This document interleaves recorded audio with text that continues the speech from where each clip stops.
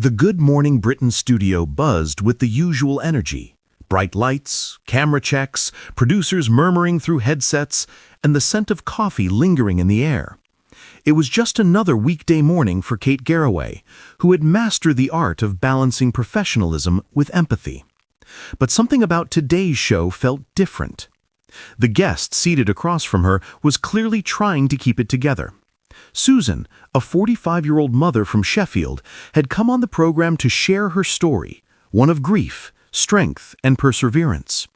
She wore a soft blue cardigan, her hands clenched tightly around a tissue. Her story had already moved the nation over the past few weeks. She'd lost her husband, Tom, to a rare illness just months ago, and was now campaigning for better support for families in similar circumstances. As the cameras rolled and the segment began, Susan spoke with courage. Her voice was steady at first, describing how her husband had been misdiagnosed, the frantic hospital visits, and the long nights by his bedside. But when she mentioned their two children, Ben, 10, and Isla, 7, her voice faltered. "They keep asking when Daddy's coming home," she whispered, her lips trembling. "And I don't know how to answer that." Silence filled the studio for a moment, not awkward, but heavy with the weight of shared emotion. Kate leaned forward, her voice gentle but unwavering. "That must be incredibly painful, Susan," she said, her eyes glistening. "You are doing something incredibly brave by speaking out, truly." Susan nodded, but her composure cracked. Tears spilled freely now, and she turned her face slightly away from the camera. "I'm sorry, this is hard," she said, voice breaking. Without hesitation, Kate reached across the table and gently took Susan's hand. The gesture was simple, yet powerful, human connection in its purest form. "It is hard," Kate said softly, "and you don't have to apologize. Grief is messy. It doesn't follow the rules.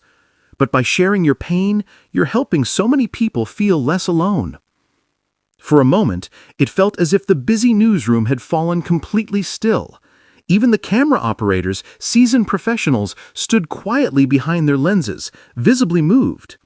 In that intimate space between live broadcasting and raw vulnerability, something rare had happened. Susan looked up, her eyes red but filled with a quiet kind of strength. "Thank you," she said. "It means a lot coming from you. I know you've been through your own journey." Kate nodded. "Yes, and I know that some days feel impossible. But one foot in front of the other, Susan, one breath at a time." The interview continued, shifting gently towards Susan's campaign, the support she hoped to build for grieving families, and the way communities had come together around her. The emotional weight lingered, but it transformed, from sorrow into something empowering.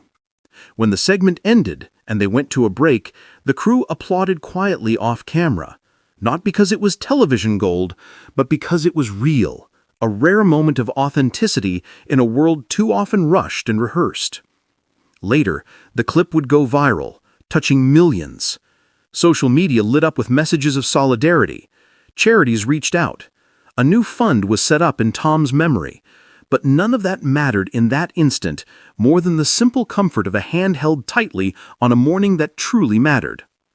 And as the next segment rolled on, and Kate prepared for the next headline, a small smile lingered on her face, the kind that comes when you know that just for a moment, you were exactly where you were needed.